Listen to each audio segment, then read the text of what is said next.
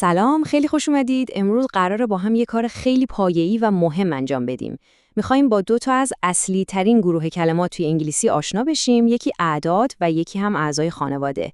اینا واقعاً مثل آجرهای اولیه ساختمون زبان میمونن. با همینا میتونید اولین جمله‌هاتون رو بسازید. پس بیاین شروع کنیم.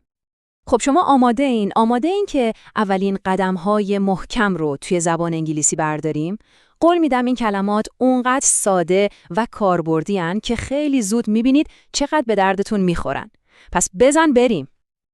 بخش اول، اعداد. میدونید شمارش یکی از اولین چیزاییه که ما تو هر زبانی یاد میگیریم. امروز با هم از 0 تا 20 رو یاد میگیریم. اینها پایه‌های اصلی هن، پس خوب بهشون دقت کنید.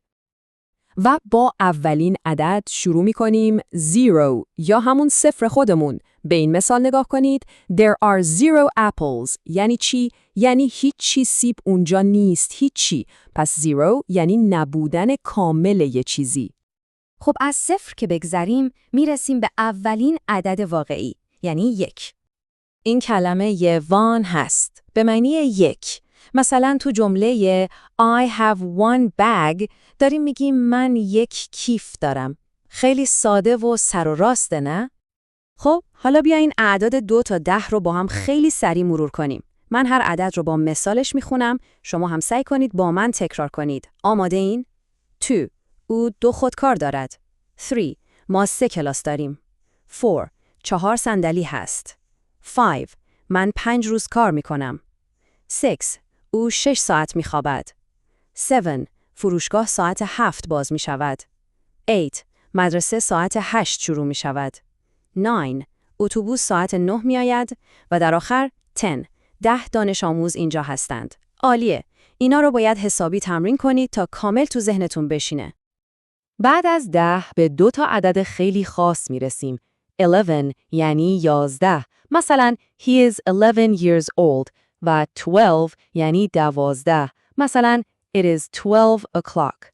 این 2 تا اسم خودشونو دارن و از بقیه یکم متفاوتن، پس ارزش داره که جداگونه به خاطر بسپاریمشون. و اما یه نکته خیلی به درد بخور. از اینجا به بعد یه الگوی خیلی جالب و مفید داریم. به این پسوند تین که آخر اعداد میاد خوب دقت کنید. این الگو یاد گرفتن بقیه اعداد رو خیلی راحت تر میکنه. خب حالا ببینیم اون الگوی تین چطوری کار میکنه. 13 یعنی 13. 14 یعنی 14. 15 یعنی 15. 16 یعنی 16. 17 یعنی 17. 18 یعنی 18 و 19 یعنی 19. دیدین چقدر جالبه؟ تقریباً همشون اسم عدد اصلی به علاوه تین هستن. مثلا 4 و تین میشه 14. این الگو واقعاً یه راه میانبره.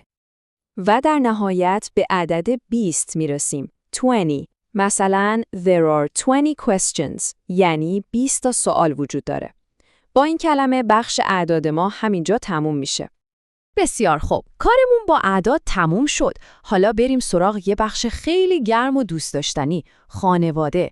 اینجا کلماتی رو یاد میگیریم که برای حرف زدن در مورد مهمترین و نزدیکترین آدمای زندگیمون بهشون احتیاج داریم. اولین نکته مهم، تفاوت بین کلمات رسمی و خودمونیه. Father کلمه رسمی برای پدره، مثل جمله My father is at work. اما تو صحبت‌های روزمره و صمیمی معمولاً از dad استفاده می‌کنن، مثل Thanks dad. این تفاوت رو حتما یادتون باشه. دقیقاً همین داستان برای مادرم هست. Mother حالت رسمیشه، مثل My mother is at home. اما مام خیلی صمیمی‌تر و دوستانه تره. مثلا وقتی میگید Hi mom. کلمه بعدی sister هست، یعنی خواهر. مثلا خیلی راحت میتونید بگید I have one sister. یعنی من یه خواهر دارم. و برای برادر هم از کلمه brother استفاده می کنیم. به این مثال دقت کنید. He is my brother. یعنی اون برادر منه. حالا بریم سراغ کلمات مربوط به فرزندان. به پسر میگن son. مثلا they have one son. و به دختر میگن daughter. مثلا we have a daughter. و در آخر چند تا کلمه کلیدی دیگر رو با هم ببینیم. baby یعنی نوزاد یا بچه. child یعنی کودک. wife یعنی همسر، البته برای خانم‌ها.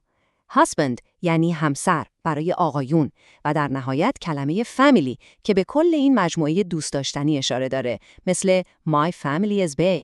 خب، بیایید یه مرور خیلی سریع بکنیم.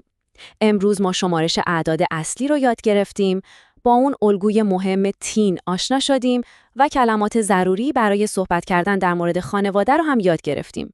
بهتون تبریک میگم. شما الان ابزارهای اولیه برای معرفی خودتون و خانواده‌تون به انگلیسی رو دارید. و حالا این سوال برای شماست. با همین کلماتی که امروز یاد گرفتید، چطوری میتونید خانواده خودتون رو معرفی کنید؟